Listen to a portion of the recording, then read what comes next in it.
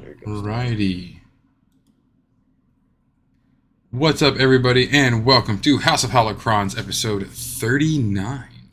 Thank you for joining us on this one. We're going to be going over Phase 1 adult novels for the High Republic. I'm super excited to finally get to talk about this. And a quick, though, thing of we were going to talk about this last time as it was a bit more recent, but of course, our condolences to the Stevenson family as we have lost what will, of course, be, I guarantee, an amazing role. We look forward to seeing his now final role, pretty much. And I don't think there's anything else fully filmed that he had started. But with Ahsoka, we will get to have an immortalized memory. And, of course, with Clone Wars, with Gar Saxon, and many other roles, Punisher. So, yeah, I'm looking forward to his role in Ahsoka. yeah. He's one of my favorite looking characters in the upcoming, at least the new characters for sure. Yes, 100%. Oh, he looks amazing. The lightsabers, the fact that he's the master to this, very Lena Banaco from SWOTOR style character. I absolutely love what could be the dynamic between them. Hopefully, their dark side, because I'm always down for more dark side. Well, he definitely looks, and doesn't he have like an orangish reddish saber? Yeah, it's a very nice lava orange reddish saber. I love it.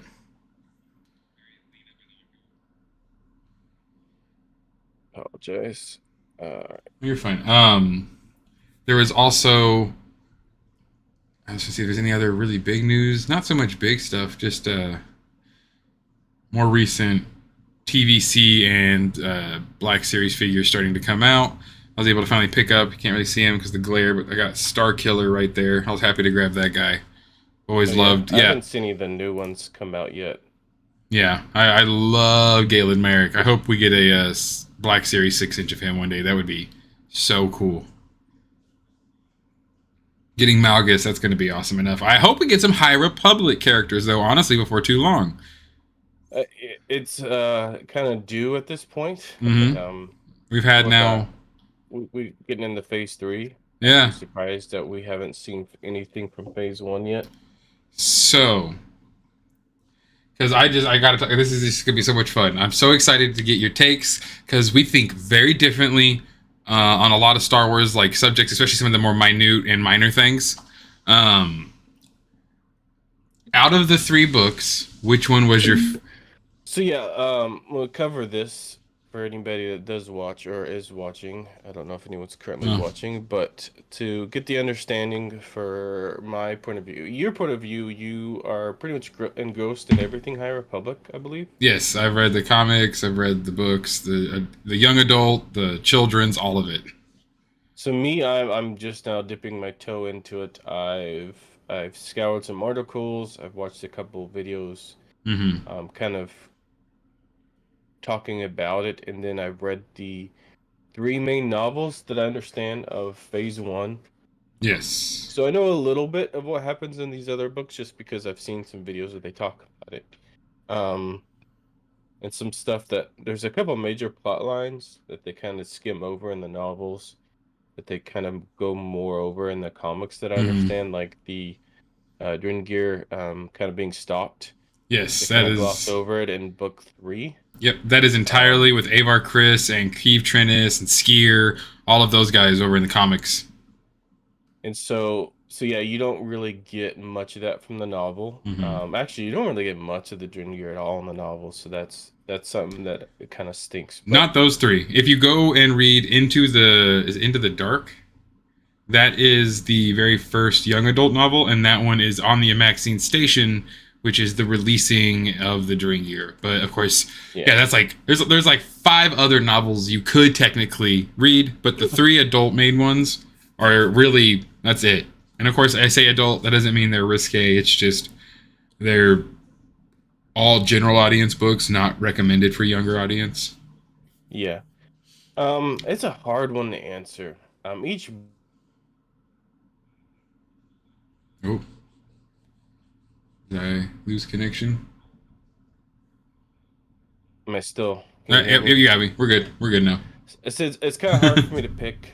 Yeah. Out of, because each one has their pros and cons. Mm-hmm. I think a tie would be between the first and second one for me. Okay. Maybe leaning more to maybe to this. I don't know. There's stuff I like quite a bit about the first one. Yeah. Um, I don't know. The both are pretty close. I might pick the second one over the first one a bit. I'm I not would. as much of the third one. Really? Um, See, I'm surprised. I'm a huge it, crescendo and ending guy though, so like I liked, and again, also you can now yeah, I like the understand the ending. main. Here's the number one thing: hashtag Twitter, hashtag everything. Buryaga watch. Is Buryaga okay? What So happened to Buryaga? so I don't mind the ending part. And the ending part's actually the Yeah. best thing that makes that book shine. Mm-hmm. It's really kind of the mid part. It Yeah. They really kind of it feels like they try to stall it as long as they can. That kind of is annoying. Yeah. Instead of progress, it's like to just keep tacking on useless things that it's like I get, which I don't mind. I like the kind of in universe addressing characters, but it kind of gets a little ridiculous in the third one. Mm-hmm. Whereas can the first two books also do that, but the third one kind of does it to an extreme. See, and that's why I So love then, Claudia yeah. Gray. Like, she's one of my favorite High Republic authors because she does do a lot of very more in depth character stuff. Because this is. Well, I don't. I like in Death Character stuff. It's like they were like Mm-hmm. stalling for the sake of like it was just like it was just like useless. It felt I don't know, it just See, to felt me, it like was like, yeah. well, before we get too deep into the third one, but yes, so okay, I can understand that. The second one is definitely, it's like top tier to me because the attack on Valo and all the things that happen in there are awesome. It's a great scene. It's great chaos. It's a lot of great, I think, action in those writing Well, moments. the show that like I like the fact that I like Andor so much. Mm. I'm not a sucker for like instant action all the Yeah. time. It was like when you for the sake of like good drama and storytelling Yeah. is great, but for some reason like I said like third book there was like parts where like they could have done things better. Mm. It was like a lot of repetitive or a lot of like it didn't feel like it belonged. Okay. Um but yeah, it was and this is me picking at it. I'm not saying the book is like on a scale of 1 to 10 that it's a 3 or like a 2. This is like minor. I mean, if I didn't like the book, I wouldn't have finished it. Right. Um, I'd say the third book, if I gave it a scale 1 to 10, which would be difficult for me at this stage, I'd have to reread it to really give it accurate. At this point, I'd say it might be a 7 in the third Yeah. book. The first two, um, I'd be around an 8. Yeah. The books themselves are great. Well, yeah, they All right. We'll give it a few seconds. can go over them. There we go. The books themselves are good. Yeah. They have flaws. They have their perks. One thing the books and these stories excel on. I don't know how the phase 2 and 3 go because I know phase 2 is supposed to be in the past, Mm-hmm. and then phase 3, where is that on the timeline? Is that further in the past No, or phase three is going to be picking up after phase one. okay? So that's probably why you're so excited about phase 3. Oh yeah, Because that's why I think they did that weird by going back like that because it's Star Wars, baby. you don't have to do that every time. That the reason we did that was George Lucas's fault. I like it though because so you get a lot of amazing things in the High Republic Phase One from the background of Marchion. Yes, it is. They say in the audiobook Marchion, but the person who wrote the book said it is Marchion. Marchion Ro is a badass, and I absolutely love him. He's like my top tier enemy for Star Wars right now. But So, I really enjoyed him so much that he had this mysterious like he. All right, guys. Hey, and spoilers, of course. He has a lightsaber. Where the hell did he get that? Why does his family have a lightsaber? Oh, you find out in phase 2 why he has a lightsaber. Why they even know what the hell the Great Leveler is. Like all of that is kind of explained then in phase 2. so, so in phase 2, I'm gonna good to spoil. I want to rip this band-aid off now. Do they have any connections to the Sith? No, Okay, thank God. not a single ounce. Not a I single bit. I was scared when you said that that they might be have some connection with Sith. The Mm-mm. reason why I don't want him to do anything with the Sith. You will And like it's not that I Phase hate the 2. Sith. No, you'll like Phase 2 far better than Phase 1 because Phase 2 is far more like Andor in the sense that it's all political intrigue, cultism, like zealotry, and backstabbing and sabotaging through, money laundering and finding the right people to throw the blame on. It's way less action, way more intrigue. So I mean, I want to clear this up. When I say thank God there's nothing to do with the dark side or the Sith, at least, I love the Sith. I Yeah. love the Old Republic. I love the Swarm, but it is nice to have a fresh breath of, fresh breath of air. But to have a new type of villain. Yeah. Which we get two in here in the Phase 1. Mm-hmm. Two new types of villains. Now the Drangir are connected to the Sith, kinda. Yeah, and I'm aware of that with the statues. Yes, the Drangir were going to be used by the Sith as like a great weapon, but they found out they were too carnivorous, too crazy, so they locked them away with those statues. So my only complaint about that is I like both villains.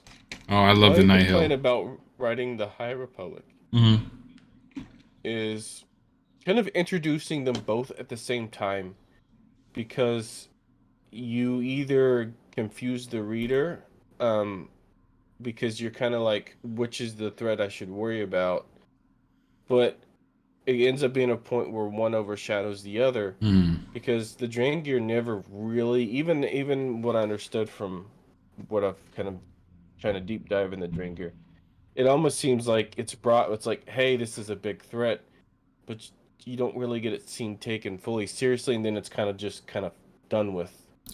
They don't really get the limelight I think they deserve. I can agree with that. It would be a lot better. I feel like they should have. I hope that how they kind of quelled it down, but I highly doubt it, because the way they ended the third book, it doesn't feel like it feels like they're gonna focus on the Nihil, which is fine. The Nihil they are. Yeah. I would like to see more of the Drangir on there's its own stage. To me, the big I agree with that. And even in the comics, there is not a whole bunch, so we don't get a full sense of the Drangir being a badass villain that they really should have been. But they are the main villain almost for most of the comics. You don't really touch the Nihil as much. That being said, I understand how that would confuse some readers, but to me, because I'm a super hardcore sweaty nerd who collected all the comics and read all the other stuff, if you do all of that, it puts all these puzzle pieces together for this grandiose, huge image that no one else gets to see. So it's almost like a reward, honestly, to me. And I know that's not fair. I think it shouldn't rely on that. But for some reason, Star Wars is doing that a lot. I don't mind that at all. I just feel like it has more potential, and they said I feel like they shouldn't have shared the stage with the Nihil as much. I don't know if they should eventually do, like, maybe in a future thing they have when they kind of break out again. I would like to see more. Maybe that's going to be who Rey has to fight. Maybe Rey has to fight the Drangir. It's its own enemy, and they are kind of a dark side enemy, but it's like it's a new dark side enemy. Dude, I'm going to have to think about that now. I'm going to have to do a whole video. I actually like that theory. What if the Drangir become the first big threat for the new Jedi Order? It's the closest you can get to the Yuuzhan Vong without the grossness. Yeah. Because they're just plants and stuff. But then you are you updated? Like, I don't know if you've read any of the stories or stuff, or read or watched a video over two other sets of comics. The Eye of the Storm, which takes place after Fallen Star, and then what is the other one? No, the other one is just like the main run, which it does go over the Drangir a lot more, because the Drangir, they're not killed, they're just locked away. They lock away the Queen. Yeah. So yeah, they could totally. It's a threat. It's a threat for another day. Yes, and then with Eye of the Storm, that one's awesome because it's like Marchion Ro watching the fall of Starlight Beacon from the Gaze Electric. Yeah, and then is that the one where he does this thing where it kind of locks part of the galaxy away? I Yes. know that Okay. Good. happens Okay. too. That's the big one I wanted to make sure you knew about because that's to me that's what puts the Nihil on another level. They've literally found a way to have their own hyperspace and cut people off from the outer rim. Well, the thing that I hope to see them, because there's a big plot hole. There's not much in the range of time between this and the prequels, Mm-hmm. because the effects that they're doing About on 100 characters something just years. Yeah. about 200 Yeah. from I think the first book. But the difference, the amount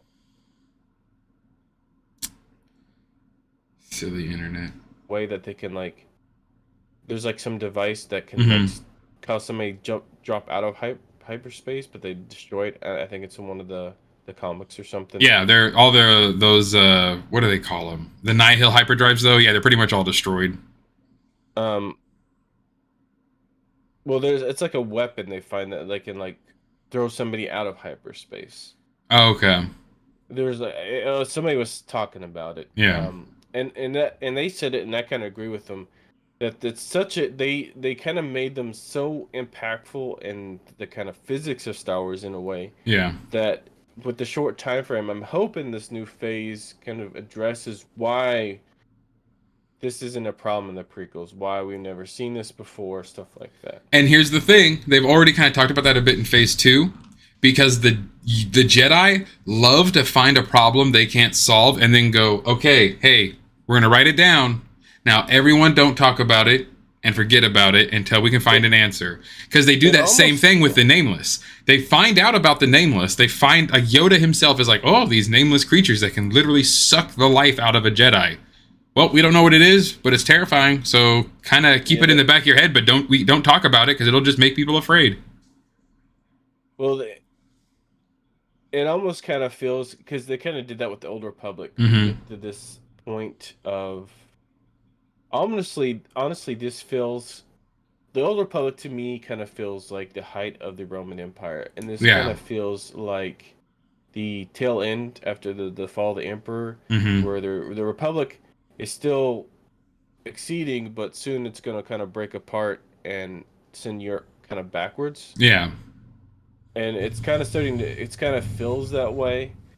And this is me trying to like make it sensible Mm-hmm. to way this, because then you go into the Empire, and then because that's kind of like, you know, um, what's his name? Can't think of his one of the people that try to take back um the Roman Empire, and then it falls, and then you Oh, yeah. and that's where you get kind of the Civil War, where kind of things kind of go really backwards with Yeah. technology. And so yeah, it's interesting. The Height of the Jedi is very interesting. Mm-hmm. We see so I'll say the things that I like about the book, especially the first book. Actually, I'd say the second and third book really hit on this the most.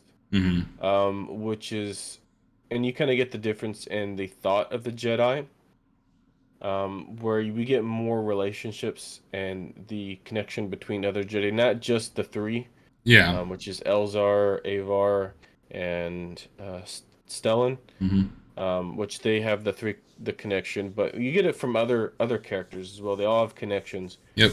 which we don't really get that too often in the later stuff. Yes, High So Republic that's what, is amazing at showing us Padawans fool around, just don't get yeah. attached. Like there are Well, bonds that these Jedi's actually create. They just have to have the ability to not focus on it.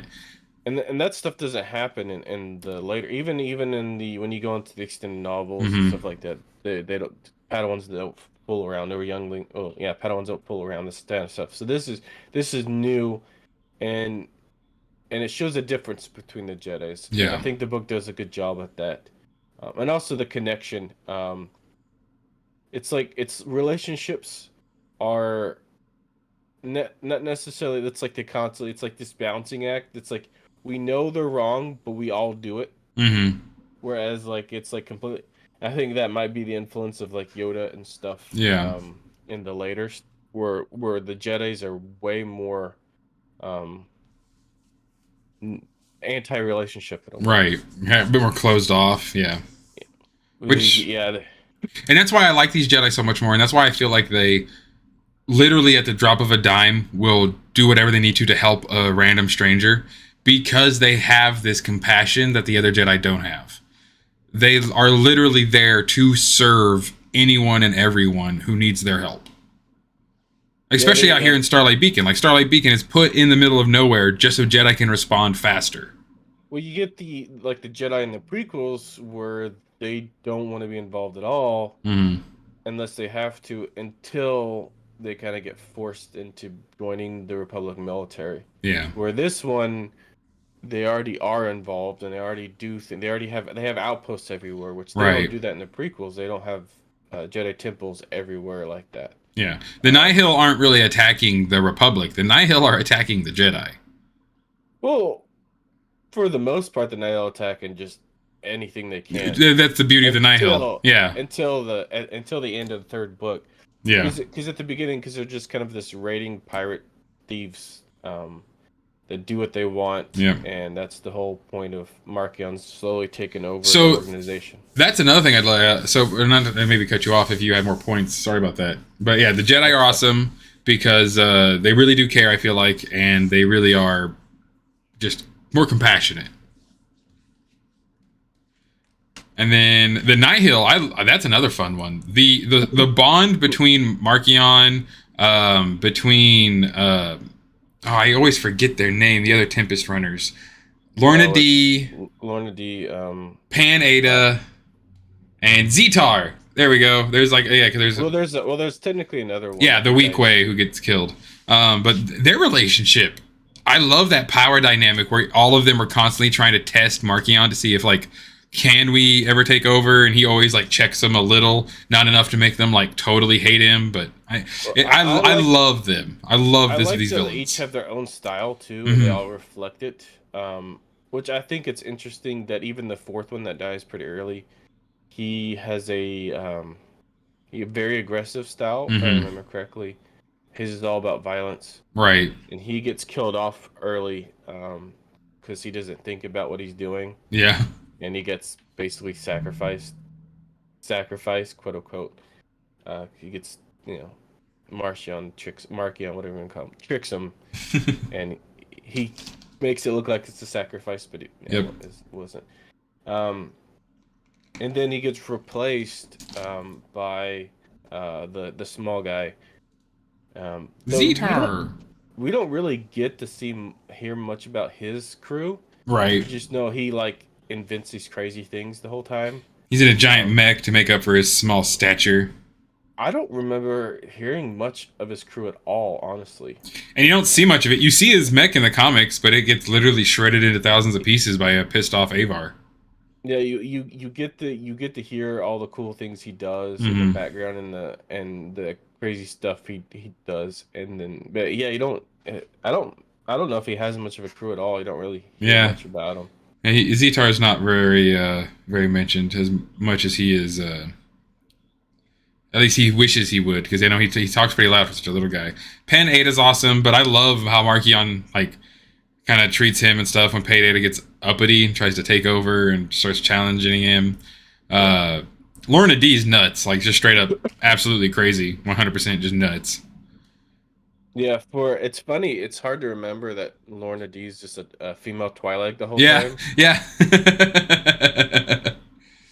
It is not easy because I always envisioned her as a Zabrak at first because she's so violent, but then no, she's just this green Twilight, good old Twi'lek. Yeah, it's very interesting, and I think the only thing that these books kind of lack for people that aren't familiar with Star Wars, because it doesn't kind of deep dive of really what a Twi'lek is. Oh, or what Ithorian or an ungod. It doesn't really.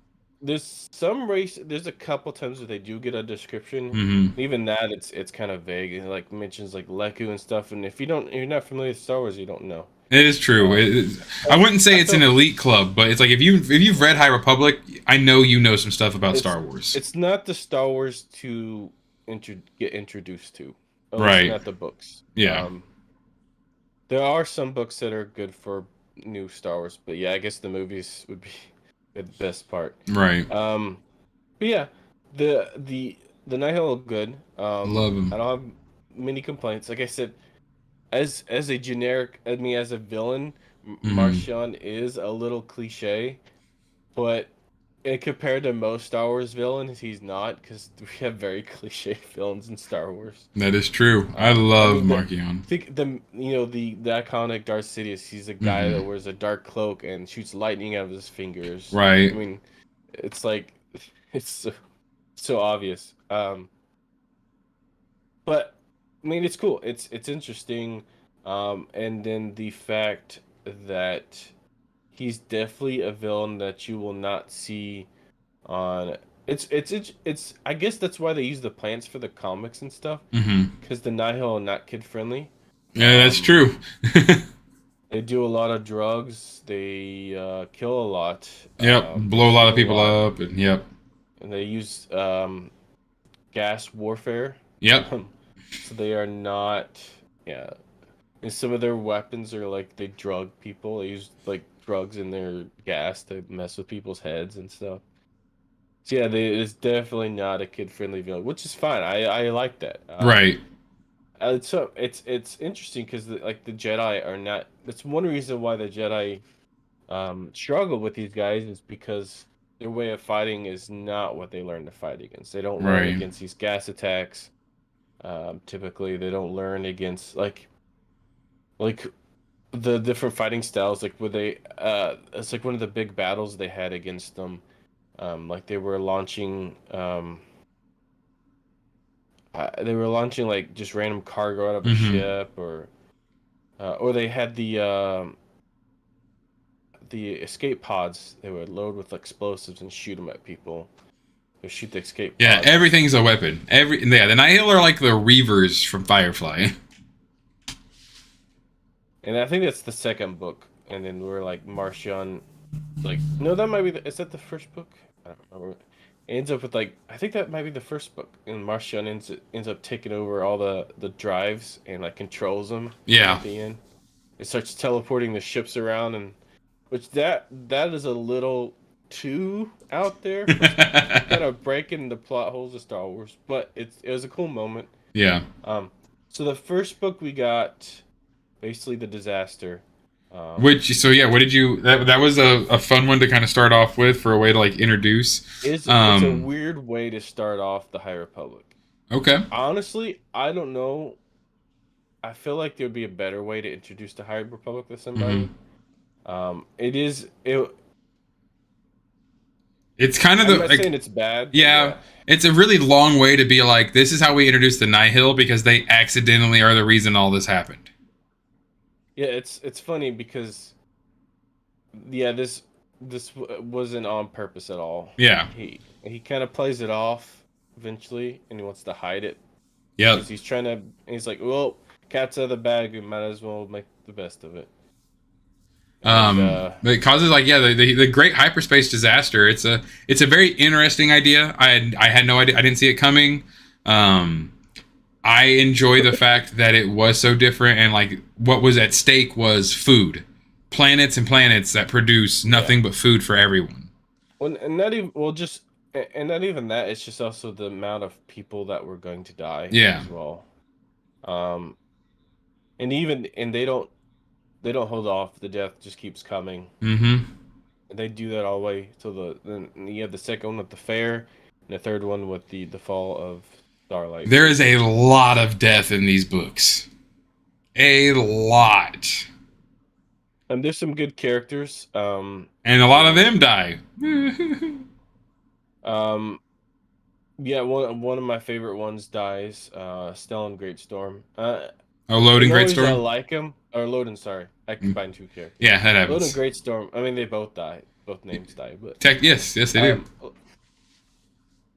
I mean, everyone. Yeah, it's like everybody dies. Sadly, it's the number one trope of the High Republic. If you like someone, they no, die. well, the only reason why I like him is because he keeps trying to throw his Padawan off a cliff or out of a ship or whatever. Learn. He was constantly almost killing his Padawan. I loved Loden and Belzetifar. Ember the Charhound. That's an I think they did a awesome. good job at using Bell. Mm-hmm. It's funny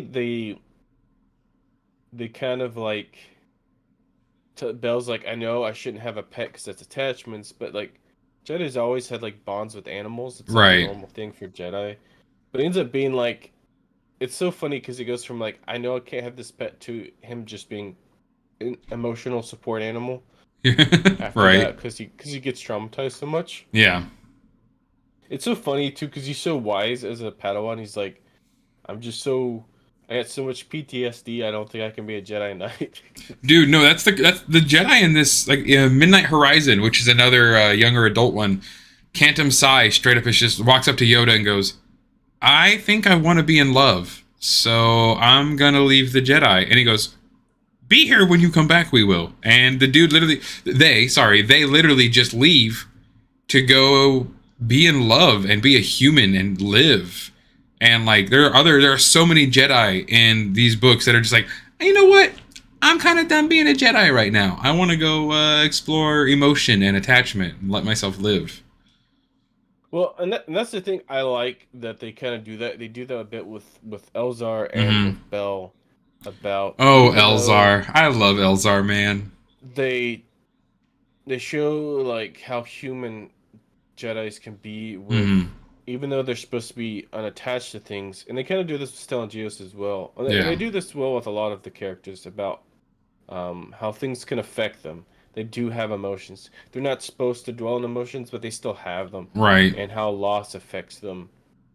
Is even from Stellan Geos at the beginning, he's supposed to be the shining, like the goody two shoes, Superman kind of Mm-hmm. like the beacon.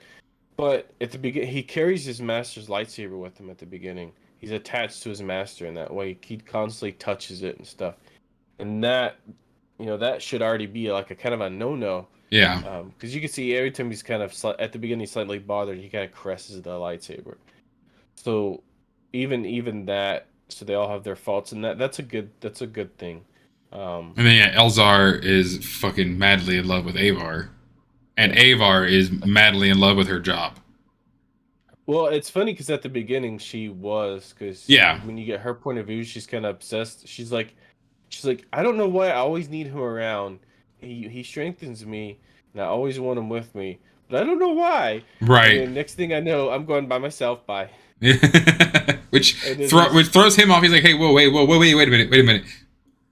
I Because you need get that in you." the first book, she's like, I have to have him with me all the time, and I know he's odd, and he's a bit different, but I like, Right. I've known him for so long. He's my best friend. She friend zones him so hard, and then just leaves. And she goes, "Oh," it's like, I'm gonna try so hard to get you master. It's like, Yep. congratulations, you're master. Goodbye. I also though really love like a lot of the stuff that happens. Like the first book does a fun job of setting a lot up. The Great Hyperspace Disaster was nuts. What do you think of Buryaga's super empathy? Um, I I mean, I like it. I'm surprised no other Jedi was like, "Hey, there's life forms on those things." I like it. My only thing is, I think it's a little cliche that it's the Wookiee that has it. Mm-hmm. Just because it's the Chewbacca's always hugging you, the furry, the cute dog hug thing. But doesn't that make Um, sense if Wookiees are super empathetic? eh, I don't know. I mean, they're supposed to have a good connection to life, but there's also an argument for other races. I just think it's a little too on the nose. You know what I'm Mm-hmm. saying? Yeah. That I love his lightsaber. He's got a massive fucking they claymore. make this like essentially this like this Wookiee that constantly wants to like hug people and love on people. Like I like it when It's he's talking. great. It's a He's great like, character. I'm yeah. just saying, like I just love it when he's talking to that small child, though. I think that's what the second book, maybe. I don't know, but he's like, no, this is the the first kid. one. He's talking to that small kid, and he's just like, I know you don't understand what I'm saying, but you want a hug? I should have made it realistic, and the kid just like bolts the other way. Yeah. This big old Ah. Wookiee just growling at him with his claws and teeth. I love Buryaga. I think most of the High Republic fandom is absolutely Yeah, in love with Buryaga. I think in Phase 3, if they don't bring him back, that he may lose a crowd because I could see how he'd have a following. I mean, he has his own. Literally, it's like hashtag Bury Watch. It's its own thing. We all are so It curious, and kind of no one will reminds tell me of us. Arya Stark from Oh yeah, the Song of Ice and Fire, where the books where they, and then even in the show of Game of Thrones, where they people would be like, just don't kill her, whatever you do.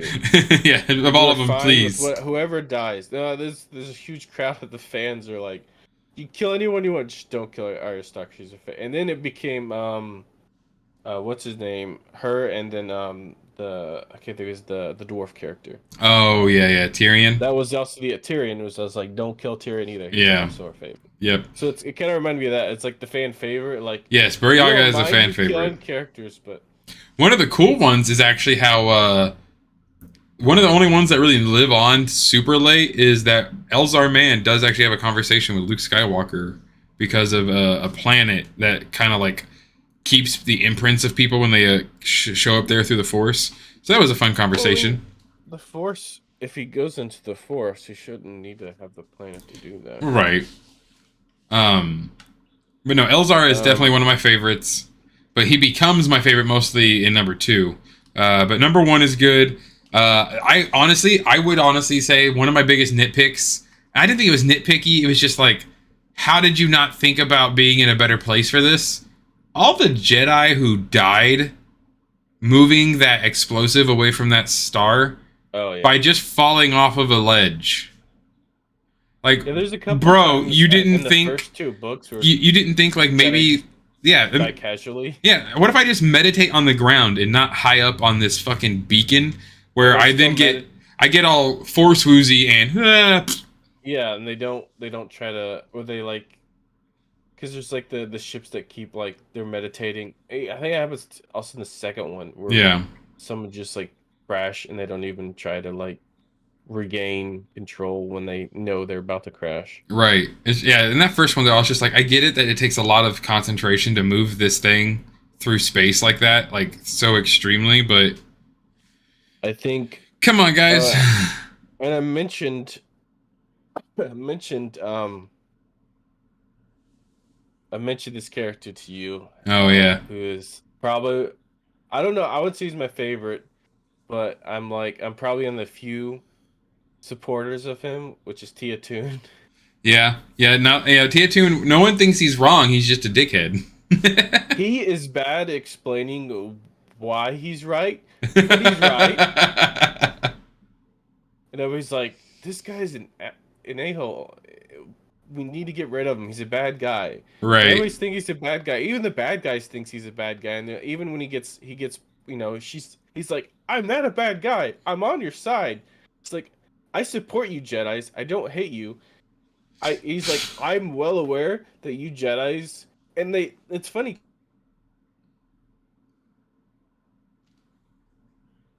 To join, did I cut out there? Just a second. Yeah, you're good now.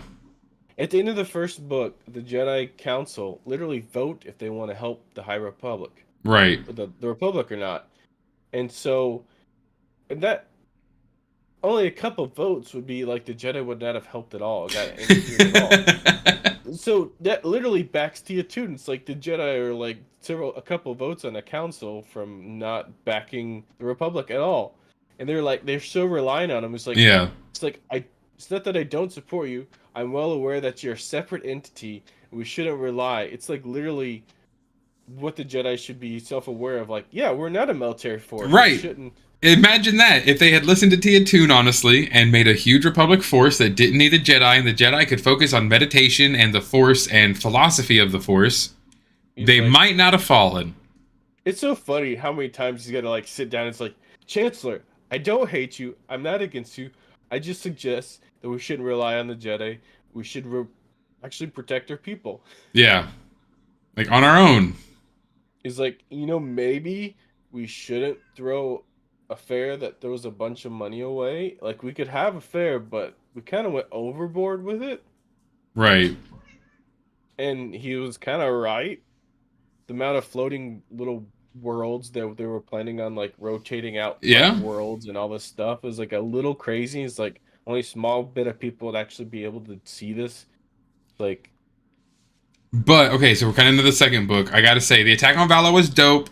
Orbelin, the Ooze Jedi, is hilarious. I think just the concept of him.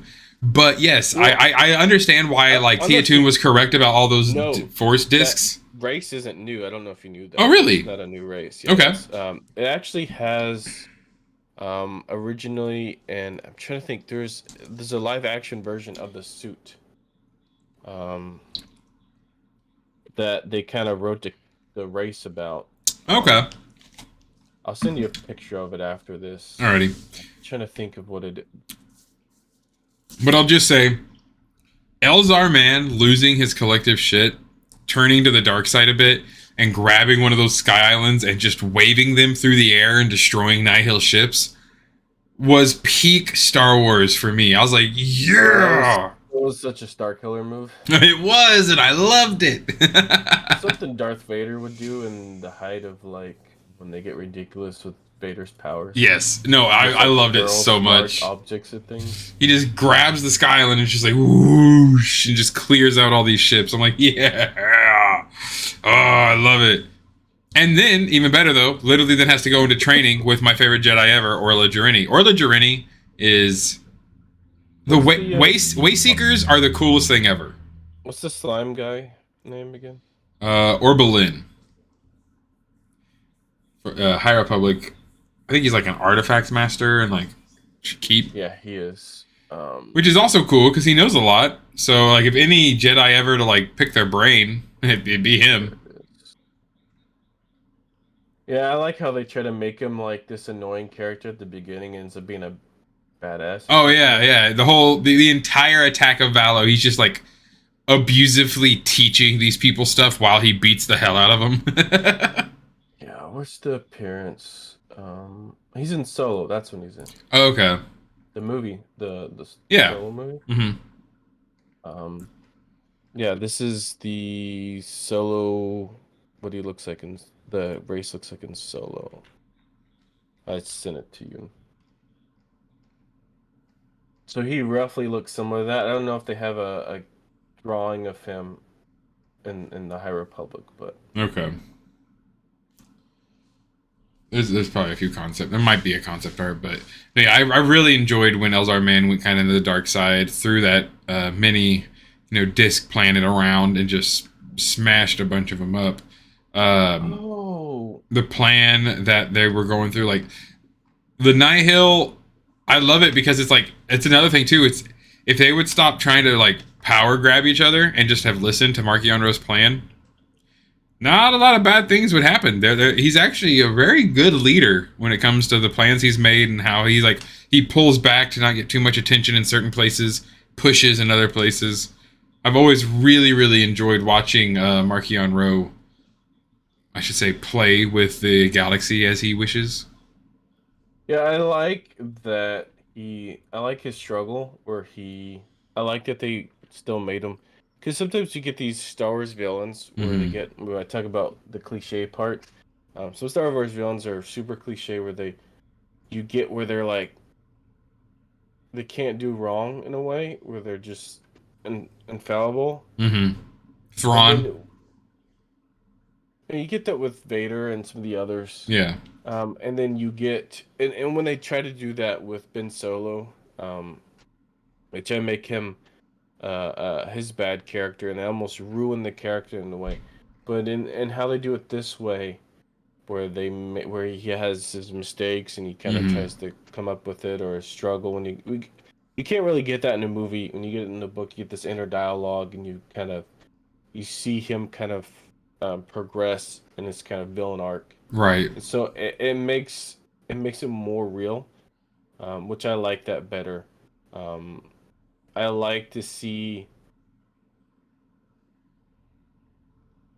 I don't. It's not that I want to humanize bad people. Yeah. But it makes it more interesting, instead of like. There's the villains, which Marco is one of those villains that has the mask, and where you see that, and it's the mask, and it's this horrible, but it's also this mysteriousness. But we also get to see the other side, to see kind of the skeletons in the closet. Yeah. But you see kind of his ups and downs, which I think is interesting. So yeah, it makes his character more in depth. Yeah. Which, like I said, they try to do that with in the sequels, and they kind of messed with that. Yeah. No, I I've always thought they really wrote Markion Ro especially well. Yeah. And the Ivrini race is awesome. They talk about his race in the comics as well. Literally a planet that used to like ride the storm and like be a part of all this stuff. And then it went nuts one day and they had to like start eating each other and backstabbing everyone. It's like they're literally a race of people with all black eyes, sharp teeth, and claws. And everyone across the whole galaxy does not trust them right off the bat. Elves. Pretty much, yeah. They're the Dark Elves of the Star Wars galaxy. That is a great analogy that I had not thought of at all, and I thank you for it. I literally had not thought of that whatsoever. That is a great way to put that. They are the Dark Elves of Star Wars. But yeah, the last one, Fallen Star, was by far just the best. I love how slowly they build up the sabotage from the people inside Starlight Beacon. I love how they, like, the Rathtars, the enemies, things blowing up, oxygen being lost, no communications. Speaking of the newer movies, we get Rathtars. Yeah. But I loved that. And then again, though, seeing it from like 5 point of views with all the different comics, that also just made it. That's probably why I like Fallen Star better. It's very biased, honestly, because I got to see it and experience it from so many different points of view that it's more fleshed out to me than a lot of other readers. Well, I can understand that. I still don't think that's like the storyline. I can understand, but the book itself, I think some things could have done better. Mm-hmm. And the thing, and then we'll go with not. And this is nothing against the book, but we'll do the Geode situation. He was funny at the first couple. Like I said, I mentioned this first couple times with it. It kind of got old, and it got to a point where like if there's anything happening, it just kind of this like plot device. It's like, hey, let's fix this immediately with the Rock. Bro, Geode was trying to get his freak on with that human lady, okay? It's just like, hey, we're gonna have this shootout. All of a sudden, Geode solves it. It's like, because he's invincible to blasters if he wants to be. The thing that I like, the only thing they did great with Geode is Geode. The reason why they couldn't leave the station is because Geode couldn't fit in the escape pod. That's the only good thing they did with Geode, in my opinion. It's like it would have been funny the first few times, and then if they would have just continued, but it just kept coming up way too much, for me to like. Come on now. Would you like in a fit? Rock. No, if you would you pay like $5? Someone gives you a 3.75-inch scale rock in a thing, and it's like a Geode figure. I want one of those so bad. There's a guy. He retired now. He used to make custom Black Series. Called Phoenix Customs. I think it's Phoenix, something like that. He'd make he did it in the old style, and he would do stuff like that. Like he would make the cards and he'd make custom figures, but he also would do joke ones where he did one called, he'd do the old style cards. He did one called the Force. It was just an empty package. Oh yeah. I'll have to send you the picture of the Geode one. It's hilarious. I could see him doing that if he did the High Republic, but I think he retired from doing his custom figures. No, I love it. Were the Luke's aunt and uncle, they were like skeletons. Skeletons were the figures. Yeah. That's his most popular one. But yeah, I didn't hate him. It just it got old quick. It was kind of annoying. That he just constantly kept bringing it up. But yeah, I mean, Leox was cool. I liked Leox a lot. Leox Jossi is definitely a new favorite pilot. He uses the parachute and nobody knows what it is. Yeah. And that's on the nose because you never see a parachute in Star Wars. Right, yeah. All the ships are either able to somehow crash land fine or land sorta enough. or they just die because Or they just die. Yeah, they just. like Battlefront, you jump out of the ship, you just die, and Yeah. yeah. Or the only people that can normally survive out is the Jedi Yep. or Mandalorians with jetpacks. Which that's another thing. I'm not. I'm a little surprised. I haven't seen a literally hide nor hair of a single Mandalorian in the High Republic yet at all. Phase 1, Phase Well, 2. I think I saw where they mention it for a second, and I think that what I understand is they're currently because I think they're still in hide from the post Mandalorian War from the Old Republic, is what I Yeah. understand. Is why they're hiding Mm-hmm. because they're still kind of at least the Mandalorian as a whole, Yeah. still kind of reeling from the the Mandalorian Jedi Wars or whatever it's called. That would make Is what sense. I understand, but since the High Republic is kind of in the air for what's canon and uncanon, because the Old Republic technically is canon, but what part of it's officially canon is kind of not Yeah. officially official yet. So I think the basis for the Old Republic, like the Mandalorian Jedi War, I think that's technically canon, and there's like bits and pieces that are canon, but Okay, yeah, I'm looking at one right now, page 313, Light of the Jedi says like the Hutts were quiet. The Mandalorians hadn't kicked any trouble up since before he was born, and the largest engagement most of his people ever got to handle was the level of a skirmish. So yeah, when I talk about something else, so yeah, it seems everyone's kind of just been quiet-esque for a while, which I wouldn't say that's. I hate the idea of ever mentioning lazy writing. It's not lazy. It's just you have this vast world. There's got to be a way, like if they're not already peaceful. Them being peaceful was very recent for Clone Wars. yeah. So there still should be mercenaries at least. Like there's not a single Mandalorian Nihil, not one. Well, the thing that also when you go into lazy writing, because so the idea is the Jedi win the Jedi Sith War. Mm-hmm. So then the Jedi wins this, the Republic take over. Even it still feels like for the Jedi winning that war that you feel like you're still missing a huge picture of of everything that happened post that. Mm. Um, I know a lot of Jedi probably died, but you still feel like there's still a low number of Jedi in the galaxy. Um, yeah, it's weird. It's like they can never make up their mind sometimes. Right. And the other thing too is like they try to engross the idea of how important the Starlight Beacon is. That's the other thing, but you never really get to understand how important it is. Yeah. Because I get it, it gets kind of built and then destroyed, but it's like they keep embellishing at how important it is. But when you get to Starlight Beacon, there's like nobody hardly on it. It's like Right. where's it's like they're supposed to be opening up. There's like nobody there, and then they're using it as kind of this like where everybody's like running away from the Nihil to hide there, and it's like where's if it's so staffed, and why aren't we hearing about them? Kind of thing. Right. And my second thing, now we go into plot holes with the Starlight Beacon.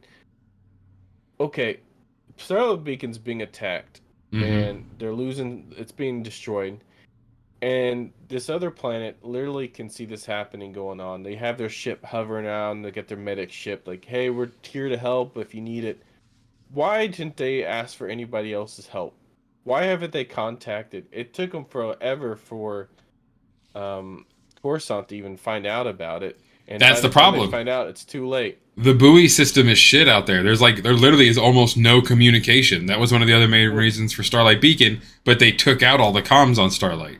it just felt like they didn't even attempt to try to tell anyone about it. Or it was perfectly planned because the Nihil had control of most of the beacons in that area at the moment in time. Yeah, it just they didn't really engross why they never the people that did know about it Yeah. outside the Starlight Beacon didn't really seek outside help. They could have like sent a ship, try to tell somebody or something, and Well, and just also, when you read Phase 2, you'll realize that Iram and Arano, and I can't remember if Starlight Beacon is right over Iram or Arano, but I know it's I think it's close. Iram. Yeah. They're all kind of dumb, and all they think about is war, and they're not Well, they're it's they not the got the two. best. Well, they got the two queens. They got the one queen that Yeah, really doesn't do anything, and you got the wife of the queen, who basically does all the work because the other one is too old or just I guess is too dumb. That doesn't want, she it doesn't really make blows a my decision. mind how they're separated because in phase two, the prince of Iram is literally married to the princess of Arano. But it's the thing is like the whole book of I mean, the whole thing of Iron was like, hey, we we we see a disaster going on, so we send our one medical ship up, and then we just stare at the base as it blows up and You're as gonna it hate phase slowly two, bro. You're gonna hate phase two crashes when it at our comes to them. planet. Yeah, They they just literally stare do at it. that. Yes, all of phase two is constantly Iram and Arano ships pointing at each other, going, "Hey, what are you gonna do about it? I'm not gonna do anything about it. That's not my ship. Well, that's not my ship. Well, I'm gonna shoot you about it." And then they start fighting. Should we do something to stop it? I don't know. We should Yeah, just wait to see what happens. that's like half And the then plot of phase two. and they're like, should we evacuate the cities? I guess so, but why don't you try to help them evacuate? They don't help the citizens evacuate. The citizens are just deadlocked because they're trying to evacuate on their own. They could have sent ships to try to help or Nah. something. They don't really do anything, and Tragedy. they literally just stare at it. The High And Republic then is some of the darkest Star Wars we're ever gonna get. Tragedy. they're like their military guys like, hey, we gotta shoot this thing down. She's like, what she does, the wife, the I forget they call Consort. it, the consort. Thank you, the queen consort, the not real queen, the queen's queen. Um, she's like, she actually makes sense, but she's like, hey, we don't want to be like the Nihil. We don't want to be, add to the fuel to the fire. Yeah. But they kind of are because it could possibly kill their people. But They did that a lot about yeah, 100 years ago. Again, phase two. They kill each other it's like constantly. it's like they see the trolleys. They get the trolley situation. It's like, what are you gonna Yeah. do? Uh, it's just like nothing. And we'll just see what happens. Right. They do make a good point, but it's like, but you also could have killed a lot of people. It's like, oh, don't get me started on the stupid thing Elzar does. Oh, you mean when he gets really upset and just kills the only person trying to save everything? Yeah, and then he's like, and she's like, she was saving everybody, and he's like, okay, But and I he didn't just know stares that. at I it, didn't know that, and you guys were bad 3 seconds ago, and I don't know what's going on, and I'm amped up on the force and adrenaline and and then emotion. he realizes what he does, and he Yep. just stares at the situation, Yep. just conveniently long enough to when the alarms go off, and it's too late. Because he still has a moment where he can fix it, where he can like adjust the thing. He Yep. doesn't do it Yep. for the longest time. And Stellan Greatstorm and Stellan, I keep doing it. Stellan Chill shows up, and they still have this whole like thing. And he's like, "Hey, just go. I'll take care of this." And then and then Stellan actually realizes, even though it's too late, I can try to change the trajectory. Why didn't Elzar man even consider that? I'm like, Yeah. dude, like you could still, even though it's too late, you can still turn them on. It slows the descent. It does something. Bro, Elzar flubbed up real bad at that last second But he's there. it doesn't make sense for him because his whole thing is he thinks out of the box and he usually comes up with a solution for problems. And then like the third book, he doesn't come up with it. All of No, his he solutions, breaks down. all of his solutions he comes up with are bad. Very bad, very rushed, very bad, very unthought out. Yes. Well, Elzar Man is an unhinged chaos lord come the third book pretty much. It's gnarly. Now, on the exact opposite end, which again is my absolute favorite Jedi from Phase 1 especially, Orla Jurini, the Wayseekers are so cool, and I'm so pissed off that Wayseekers don't exist in The Phantom Menace. And as everyone has openly admitted and totally agrees with, Qui-Gon Jinn would have totally been a Wayseeker. they had a version of them in an extended universe that kind of got unroaded. Yeah. Um, they didn't really have a name for them. People assumed they were the Grey Jedi, which was something that was added later. Yeah. But they did have I forget what they're called, but they did exist. I don't think they're canon anymore. Just essentially Jedi don't they're Jedi, but they don't follow the order. Yeah. They kind of separate themselves and kind of follow their own path. And that's why I love the Wayseekers. They didn't follow the rule of the council by like strict. They were like, nah, the Force tells me what to do. And it's not a new thing for Star Wars at all for a Yeah. Wayseeker. This is not a new concept. It's just finally canonized. Yeah. Well, Ahsoka kind of was that way. Yeah. Um, She is, but she definitely does call herself a Jedi eventually. So I feel like even in Ahsoka the series, she'll probably start calling herself a Jedi again. well, the problem with Ahsoka, she doesn't really count because she doesn't have a council to defy in the first place. So like, she got kicked out. She is, but there's not a council anymore. Yeah. So right.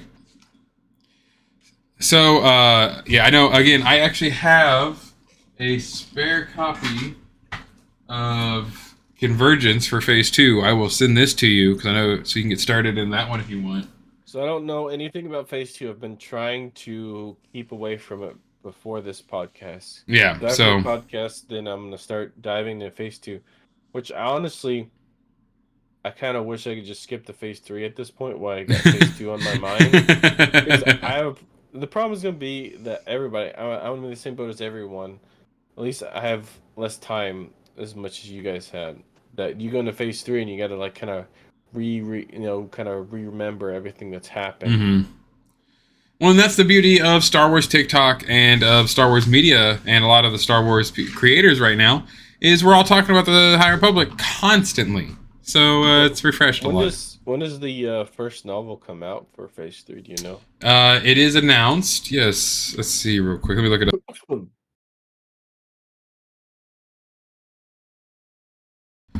Eye of Darkness is November 2023.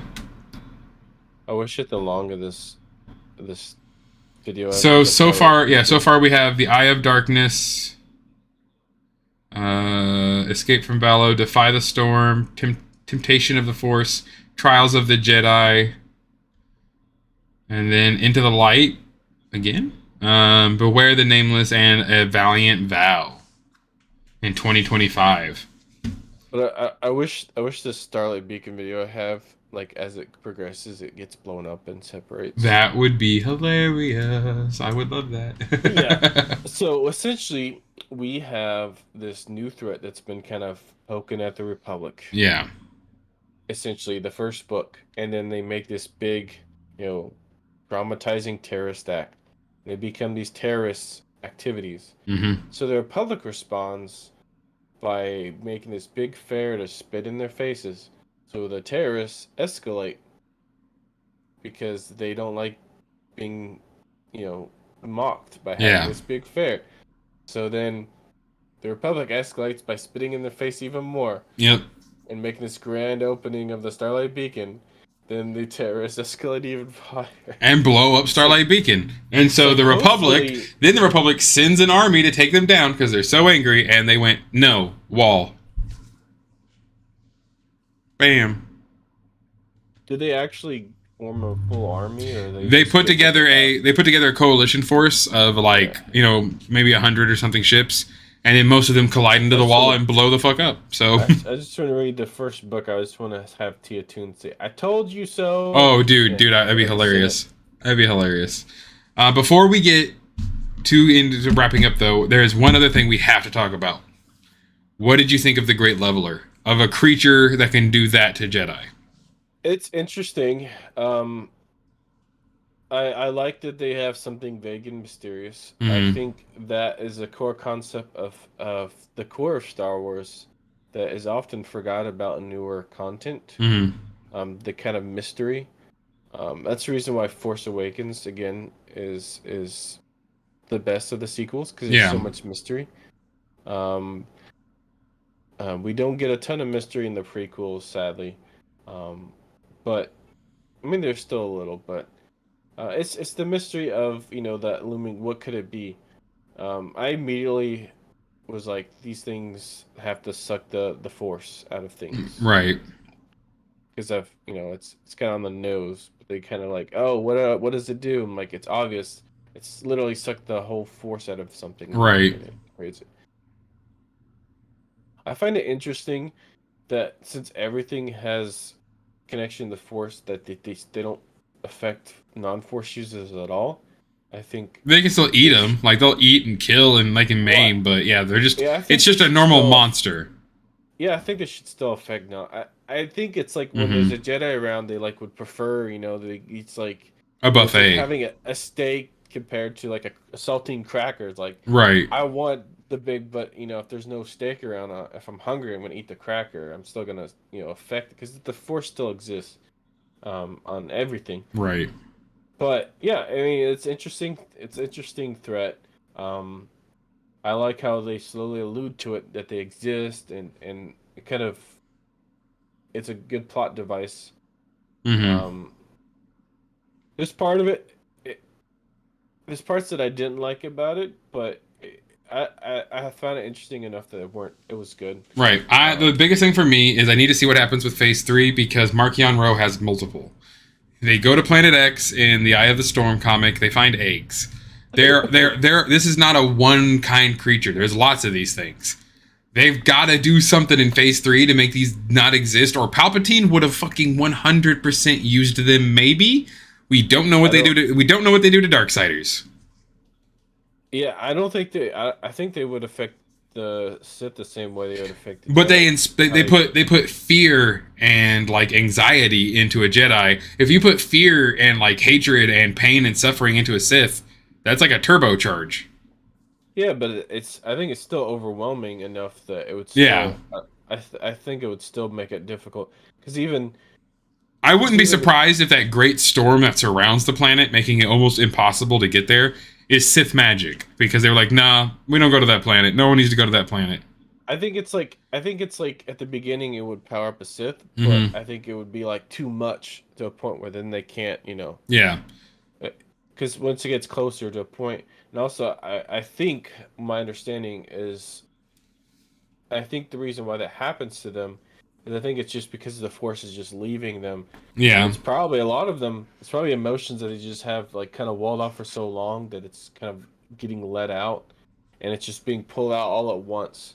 It's like it's like being on some kind of drug and then just being removed from like ripping the Mm-hmm. band-aid off immediately, and then it's just like everything's like all crazy and I think that's the reason why it has effect on Jedi. I think they would still be able to take the Force away. The only thing, because how we understand how the Force works is it's like life itself Mm-hmm. almost, right? Yeah. And I think the fact that they exist as a living being kind of contradicts the Force itself. Mm-hmm. I honestly would like to imagine these things not as an act. I think they would have done better to make sense in the Star More Wars like a universe wraith or a to not be a living creature, yeah, like to a be like undead. just an entity, just a thing that exists. But see, that's the thing Um, is that they're not to the point where they absorb the force to where it's like, oh, they walked by a flower and the flower wilted. So they're yeah, not that absorbent. But yeah, I really do like them as a creature and a monster. They get used yeah. a lot more in Phase 2, but a lot creepier. Phase 3 is of course going to have a lot of the Great Leveler, as that's like Markion Ro's number one weapon against Jedi.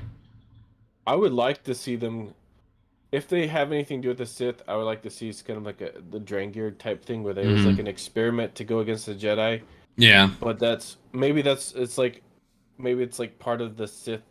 Like that's why part of them maybe lost the wars because they invented these things. that only And it hurt was like him. Yeah, it was a mistake because they killed out a big portion of them. that So yeah. it'd be cool if like where they find the eggs and there's Hmm. actually some hidden Sith temples and it's like full of dead Sith corpses. Right. It's because they or like just there's no corpses because they like Turned it, destroyed yeah, everything. like a lot of like yeah, clothing, a lightsaber, maybe a few medallions and jewelry, but no body. Yeah, but yeah, there's a lot of cool stuff that could really happen in Phase 3. I'm excited for it. Phase 2 is a lot of fun. It answers a lot of questions in Phase 1, and Phase 2 really adds a lot to the background of Phase 1. So you'll enjoy it. But Well, yeah, Phase 3 is starting here very soon. if you could make a change for Phase 3, what you would like expect to see, like a prediction that if like you could put your input, what would it be for you? To change phase 2 or phase 1 or Oh phase no, 3? for phase three, like Oh, what do I not want for kind of phase 3? want. Yeah. Okay, for what I need for phase 3 is I need the Jedi to rally together. I want to see like a huge Jedi front push into the Nihil, try to attack them. Because the Nihil need to be obliterated to the point that they are in the comics and things where they're not talked about or used. And the Nameless and the Great Leveler needs to be like stricken from all panels and just absolutely annihilated. I just need a lot of wrapping up. I need like heavy conflict. Everything's got to hit really hard because there's a lot of stuff they have to get rid of. I mean, Wayseekers aren't around anymore. Like, so I want to see a lot of the Great Leveler being finished off. I want to see the Nihil being finished off and dealt with. I want to see a huge Jedi front and like push with Jedi's being more offensive in this one that will lead to them being more of like a warrior in the upcoming ones. But then I also really want to see more of the fall of those Jedi where they're not thinking the way they're supposed to anymore and like they are becoming more of a galactic police force than a group of monastery monks and stuff. Well, that's I don't and I want to see that, but to a point where like they learn from their mistakes, so they kind of go because in the beginning of the prequels they're kind of the opposite, where they Mm. are so separate from not helping at all. Yeah. So let's see, they get too involved, and they're like, "Hey, we gotta reel this back." Right. So that's I agree with you, but I want them to, I want to see them get so involved that it changes the Jedi Mm. completely, to where they're so aggressive and they start, and I want to see that go in the place of Elzar Mann, where he tries to kind of take Stone's place, Yeah. but he also leads the charge, and he actually gets so engrossed in the dark side, he does go fully dark, and maybe have people follow him, and that's kind of where Yeah. they're like, hey, that's why I want to see that they reel back. It's like they start winning so well, kind of like the Anakin approach, where he gets so good at fighting, Or like and it's Revan. too dark. Yeah, Yeah. That'd because be I think that awesome. would be. I mean, they set up for that because I know he's gonna try to like learn. I want to see him try to at the beginning, try to learn from Stellan Hmm. Geos, kind of take his role. Like I'm gonna ground myself, Yeah. but then this war with the Nihil, because he already, with him doing the whole murder situation, he's already, hates them enough that he Yeah. can't control himself. So I would like him, kind of do the whole Anakin where he leads the war, and he's really good at it, and can almost be in the new poster show of, the general, and he just starts slaughtering Nihil, and it Right. gets darker and darker. He's like, oh, now I'm experimenting with the Force. I can now shoot lightning out of my hands. What's this new way I learned how I can use the Force on somebody? Right. Zing. Yeah. It cooks them real quick. It's a great weapon. All right. Well, yes, I think Phase 3 is going to be amazing. It's going to really pull a lot of strings together, and it's going to have to close a lot of storylines that cannot be opened during the prequels. It's going to be a challenge, but I know they're going to do it. The writing team from the comics to the novels has been amazing, and the main adult ones are the only ones you really have to read. But man, you get so much more information if you go into the other ones too. But it is a lot of books. um, Tell us in the comment section down below, of course, what you guys think of the High Republic. Let us know what your favorite book was in Phase 1 or your favorite comic book as well. Who is your favorite Jedi from Phase 1? I would definitely say my favorite Jedi from Phase 1 is Elzar Mann. 100%. No, Orla Yeah. Jurini. Orla Jurini. Orla Jurini. Sorry, Um, Orla Jurini. I can't think of his name. It's a combination. Um, the beard guy. I can't think of his name right now. Oh man. The Blade of Bardata, that guy? Yeah, him and Porter Great Angle. Storm. Porter Porter Angle. Angel and Great Storm, just because Yes. they're awesome in their Yeah, own right, and they are. they're. See, that's a great way to make something funny in an adult novel. They should have saved The Rock for more of the kid stuff, but He is. He's in a lot more of the kid stuff. it's. I know I'm drawing this up, but I'll bring up Porter Angel real quick. I love how he gets like super serious, and he gets bad. He's like riding on the back of the plane, and they're all like, Yeah. he's like so awesome. He's like, I can't believe this. He used to be this silly old man, and then they get in this like they get their whole meditation, and they're all like thinking, and they're like the battle plan, and all of a sudden, eggs and stew. It's like, It's like because they're sharing thoughts. Yeah. It's so funny because imagine that he's thinking of like battles and stuff. No, he's just thinking of eggs and stew. That's how he keeps. Yep.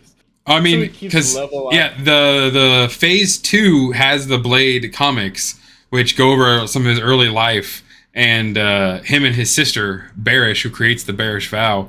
But yeah, he's taken on entire armies by himself and won. So it's like he's awesome. Porter Angle is awesome. I just like that his character essentially, because when that shows what his mind is, Yeah. how he keeps saying from going like bloodlust is he just thinks of stew and eggs and Yeah. cooking. That's how he does it. Yeah, Porter Angle's awesome. There's so many great Jedi in Phase 1, so many more in Phase 2, and I can't wait to see what happens and how many more of them probably die in Phase 3. Again, guys, thank you so much for joining us this evening. The High Republic is a really awesome part of Star Wars that a lot of people are missing because they're afraid of a book. Don't be. It is a really fun part of Star Wars, and it's very different. It feels super common to Star Wars. So if you love Star Wars, you'll love the High Republic. But it's so different that you don't feel like you're just watching the Skywalker saga again. I highly recommend it for a lot of people, especially big book readers. Anything else you wanted to say before we pretty much wrap up? No. Yeah, to go with that, yeah, if you still like reading the old Star Wars novels, this is definitely a different look into Star Wars. Mm-hmm. So if you're like me, most of your Star Wars reading is back like older books, like 90s. Heir to the Empire and This is a totally different reading. I will say that it is a lot more adult compared to what we had back then. Or it's like back then it's kind of an imitating adult. It's like, hey, this is adult, but it's not really adult. So this is definitely a look. At least the adult novels, I would recommend trying it out. Definitely. So yeah, it's a new thing for Star Wars. It's definitely new. And the Acolyte, again, got to mention it every episode. The Acolyte being set in the High Republic. Woohoo! Can't wait for more High Republic stuff, especially on the big screen. So we'll wrap this up, guys. Thank you again. Thank you so much for those of you who are watching this podcast and joining us on this fun new adventure. Have an amazing rest of your evening. And as always, may the Force serve you well. May the